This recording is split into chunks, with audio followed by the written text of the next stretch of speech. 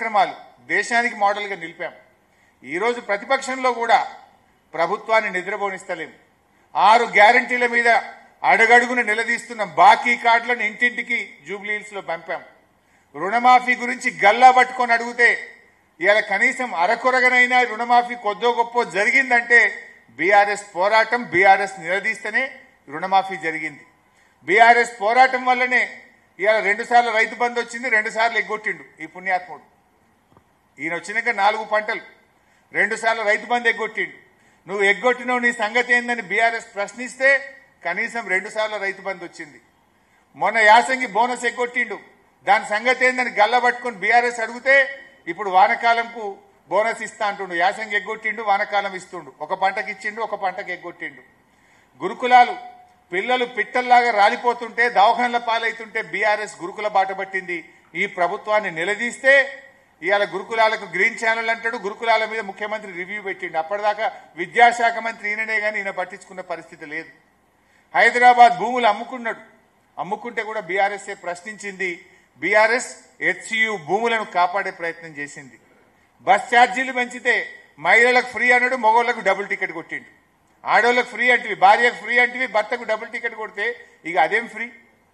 భార్యకు ఫ్రీ అన్నావు, భర్త టికెట్ 10 రూపాయల బదులు 20 రూపాయలు చేసినావు, ఆడికాడికి అయిపోయాయి. దాని మీద కూడా పోరాడింది బీఆర్ఎస్. బస్ ఛార్జీల మీద పోరాడింది బీఆర్ఎస్. మైనార్టీ మినిస్టర్ లేకపోతే పోరాడింది బీఆర్ఎస్. బస్తీ దవాఖానాల్లో జీతాలు ఇవ్వకపోతే, మందులు లేకపోతే పోరాడింది బీఆర్ఎస్. టిమ్స్ హాస్పిటళ్ల నిర్మాణం ఆలస్యం జరిగితే పోరాడింది బీఆర్ఎస్. ఇట్లా బీఆర్ఎస్ ప్రజల గొంతుకై పోరాడుతుంది. ఉద్యోగుల పక్షాన, నిరుద్యోగుల పక్షాన 2 లక్షల ఉద్యోగాలు ఏమైనాయని బీఆర్ఎస్ పోరాడుతుంది. రిటైర్డ్ ఉద్యోగుల పక్షాన బీఆర్ఎస్ పోరాడుతుంది. అవుట్ సోర్సింగ్ ఉద్యోగుల పక్షాన బీఆర్ఎస్ పోరాడుతుంది. పేదల పక్షాన బీఆర్ఎస్ పోరాడుతుంది. ఈ రకంగా బీఆర్ఎస్ ఆనాడు అధికారంలో ఉంటే పేదలకు పనిచేసింది, ఇవాళ ప్రతిపక్షంలో ఉంటే పేదల గొంతుకై, ప్రశ్నించే గొంతుకగా నిత్యం ప్రజల్లో ఉంటూ బీఆర్ఎస్ పోరాడుతుంది. అందువల్ల ఇలాంటి బీఆర్ఎస్ పార్టీని మీరందరూ కూడా జూబ్లీహిల్స్లో గెలిపించాలని చెప్పి కూడా జూబ్లీహిల్స్ ప్రజల్ని మేము కోరుతా ఉన్నాం. ఇవాళ బీజేపీ కాంగ్రెస్ రెండు ఒకటే. ఎందుకు ఈ మాట అంటున్నామంటే ఇవాళ జూబ్లీహిల్స్లో పోటీ చేస్తున్న అభ్యర్థి నవీన్ యాదవ్ తమ్ముడు వెంకట్ యాదవ్, ఆయనకు 3 ఓట్లున్నాయి ఆధారాలతో సహా. కాంగ్రెస్ అభ్యర్థి తమ్ముడికి 3 చోట్ల ఓటు ఉంది జూబ్లీహిల్స్లో. ఇది ఎక్కడిది అని మేము ఎలక్షన్ కమిషన్కి ఇచ్చాం, ఫిర్యాదు చేసినాం, కానీ దాని మీద యాక్షన్ లేదు. దాదాపు 25,000 ఓట్లు కొత్తగా నమోదైనాయి. ఇందులో డూప్లికేట్ ఓట్లున్నాయి, వాళ్ళు అక్కడ ఉండడం లేదు, దొంగ ఓట్లున్నాయి, ఓట్ చోరీ జరుగుతుందని బీఆర్ఎస్ ఫిర్యాదు చేస్తే కిషన్ రెడ్డికి పట్టది, బీజేపీ ప్రశ్నించదు, బీజేపీ దాని మీద ఎంక్వైరీ వేయదు.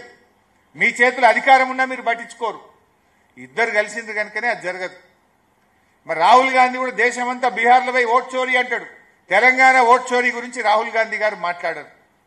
అంటే ఇలా బీజేపీ కాంగ్రెస్లు తెలంగాణలో రెండు కలిసి ఉన్నాయి. ఇక్కడ ఇప్పుడు అసదుద్దీన్ ఓవైసీ గారు పోయి బీహార్లో ఆయన ఎన్నికల్లో నిలబడితే ఇదే కాంగ్రెస్ నాయకులు షబ్బీర్ అలీ గారు ఏమంటున్నారు ఓవైసీ గారిని, ఏ बीजेपी का बी टीम है अंटाడు. फिर तेलंगाना में कैसा बी टीम बना कांग्रेस का? बिहार में बीजेपी का बी टीम, तेलंगाना में कांग्रेस का बी टीम. एक ही पार्टी एक ही इलेक्शन में वहां बीजेपी का बी टीम कैसा बनता या कांग्रेस का बी टीम कैसा बनता? कुछ गलती है. आप सब मिलके हैं, आप सब लोगों को మోసం చేస్తా ఉన్నారు మీరు అందరు కలిసి. ఈ విషయం ఇవాళ ప్రజలు ఆలోచిస్తున్నారు. ఇవాళ ప్రధానమంత్రి గారే ఆర్ఆర్ ట్యాక్స్ అంటాడు. మరి ఆర్ఆర్ ట్యాక్స్ మీద ఎందుకు చర్యలు ఉండవు? ఇవాళ అందరికీ తెలుసు ఎక్కడ వసూలు చేస్తుండో, ఆర్ఆర్ ట్యాక్స్ ఏందో అందరికీ తెలుసు. Why there is no action so far? అదేవిధంగా బీసీ రిజర్వేషన్ ఢిల్లీలో అధికారంలో ఉన్నది బీజేపీ, రాష్ట్రంలో అధికారంలో ఉన్నది కాంగ్రెస్. వీళ్ళే ధర్నాలు చేస్తారు. చట్టాలు పాస్ చేయాల్సింది మీరు, కానీ బీజేపీ ధర్నా చేస్తుంది, రోడ్ ఎక్కి కాంగ్రెస్ ధర్నా చేస్తుంది. ఎవరి చెవులలో పూలు పెడుతుంది? ఇద్దరు కలిసి ఉన్నారు కనుకనే ఇలా బీసీలను ఈ రాష్ట్రంలో మోసం చేస్తా ఉన్నారు మీరు. బీజేపీ కాంగ్రెస్లు ఈ జూబ్లీహిల్స్ ఎన్నికల్లో ఇద్దరు కూడా ఒక్కటై పనిచేస్తా ఉన్నారు. ముఖ్యంగా ఈరోజు రేవంత్ రెడ్డి గారు हमारे मुसलमानों का भी बेइज्जती करा। परसों वो इलेक्शन में कैंपेन में बात करते हुए कांग्रेस है तो मुसलमान है, कांग्रेस है तो आपका इज्जत है, कांग्रेस नहीं है आप कुछ नहीं है అనేటువంటి మాట మాట్లాడిండు। हाउ कैन ही से कांग्रेस नहीं है तो आप कुछ नहीं है? कांग्रेस कब आया, मुसलमान कब से है? इनफैक्ट आजादी के लिए पहले लड़ा हुआ सो जमाते उलमा हिंद, कांग्रेस जब पैदा भी नहीं हुआ, जब जमाते उलमा हिंद ने आजादी के लिए लड़ा है तब कांग्रेस है भी नहीं, कांग्रेस का पैदाश भी नहीं हुआ। ये कैसे बोल सकता रेवंत रेड्डी? रेवंत रेड्डी ने आज मुसलमानों का बेइज्जती कर रहा। मैं रेवंत रेड्डी से डिमांड करना चाहता हूं, वो पूरे मुसलमानों से माफी मांगना चाहिए, बेशक से माफी मांगना चाहिए। आज मुसलमानों का आप बेइज्जती करे हैं, ये आप ब्लैकमेल करने का कोशिश कर रहे मुसलमानों के साथ। आप क्या कर रहा मुसलमानों के लिए? 4000 करोड़ रुपया बजट देते बोले, दिए क्या? 1000 करोड़ रुपया नौजवान बच्चे के लिए देते बोले, 1 रुपया दिए क्या? इमाम मौसम का तनख्वाह बढ़ाते बोले, 1 रुपया बढ़ाए क्या? तू करा क्या? कुछ नहीं करा। 2 साल में मुसलमानों के लिए आप करे सो कुछ भी नहीं है। कम से कम मिनिस्टर भी नहीं दिए थे। जुबली हिल्स में हार जा रहा बोल के, मुसलमान आपके खिलाफ हुआ बोल के, बीआरएस के प्रेशर से वो अजहरुद्दीन साहब को आप परसों 7 दिन पहले आप मिनिस्टर बनाए। अब लोग मालूम हो गए लोगों को आपका क्या है, आप क्या कर रहे, मुसलमानों को पूरा मालूम हो गए। जरूर आप लोगों को सबर सिखाएंगे।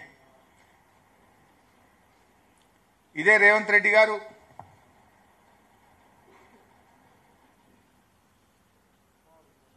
గతంలో రామరెడ్డి వెంకటరెడ్డి గారు పాలేరులో చనిపోయారు। అప్పుడు తుమ్మల నాగేశ్వరరావు గారు బీఆర్ఎస్ అభ్యర్థిగా పోటీలో ఉన్నారు। ఆనాడు రేవంత్ రెడ్డి గారు పాలేరుకు వచ్చి ఒక మహిళ రామరెడ్డి వెంకటరెడ్డి గారి సతీమణి సుచరితారెడ్డి గారు పోటీ చేస్తుంటే బీఆర్ఎస్ పార్టీ 4-5 మంత్రులు వచ్చి పనిచేస్తున్నారు, ఇంతమంది మంత్రులు అవసరమా అని మాట్లాడిండు, ఇది రండ రాజకీయమో అని మాట్లాడిండు। మరి నువ్వు చేసేది ఏందా రేవంత్ రెడ్డి? స్వర్గీయులు గోపీనాథ్ గారు చనిపోతే వారి సతీమణి ఎన్నికల్లో నిలబడితే మొత్తం 14 మంది మంత్రులను పెట్టినావు కదా। నువ్వు 7 రోజులు మోకాళ్ళ మీద పాదయాత్రలు చేస్తున్నావు కదా, గల్లీ గల్లీ తిరుగుతున్నావు కదా, పోలీసులను విచ్చలవిడిగా వాడుతున్నావు కదా।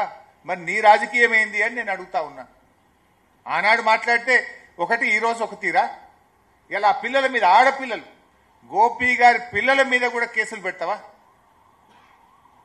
పాపం కాలేజీ పిల్లలు తల్లిగారి వెంట ప్రచారానికి వెళ్తే ఆ పిల్లల మీద కూడా కేసు పెడతావు।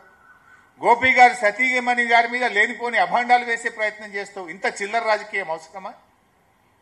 ఇంత దివాలాకోరు దిగజారుడు రాజకీయం అవసరమా నీకు? ఇలా ప్రజలు దీన్ని ఆలోచించాలని చెప్పి కూడా కోరుతా ఉన్నా। రేవంత్ రెడ్డి గారు ఈరోజు 6 గ్యారెంటీల గురించి మాట్లాడతలేడు। నిన్న ఒక మంత్రి మాట్లాడుతూ తులం బంగారం ఉత్తదే అని చెప్పేసింది।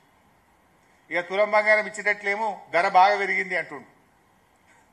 అంటే ఎన్నికల ముందు వాగ్దానం ఇచ్చి తీరా ఇప్పుడు తులం బంగారం ఇయ్యమంటుండు। ఆడబిడ్డలకు ఎన్ని ప్రామిసులు చేసిండు? నిన్న ఎవరో చెప్తున్నారు, జూబ్లీ హిల్స్ లో మహిళా సంఘాలలో కలిసి వాళ్ళను ప్రలోభ పెట్టే ప్రయత్నం చేస్తున్నారు జూబ్లీ